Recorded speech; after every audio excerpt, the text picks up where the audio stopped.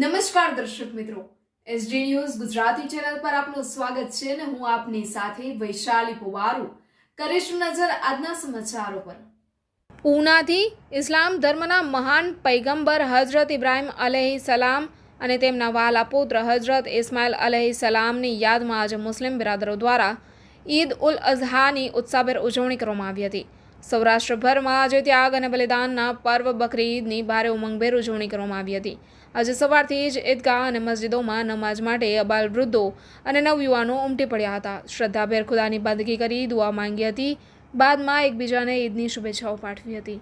સૌરાષ્ટ્રમાં આજે સવારથી જ રાજકોટ, વાંકાનેર, ધોરાજી, વેરાવળ, માંગરોળ, કોડીનાર, ઉના, જૂનાગઢ, જામનગર, જેતપુર, બાબરા, બગસરા, મહુવા, રાજુલા સહિતના શહેરોમાં મસ્જિદોમાં બહુ મોટી સંખ્યામાં ઇબાદત બંદગી માટે મુસ્લિમ બિરાદરો ઉમટી પડ્યા હતા અને ઈદની નમાઝ અદા કરી એકબીજાને ગળે મળીને ઈદની મુબારકબાદી પાઠવી હતી।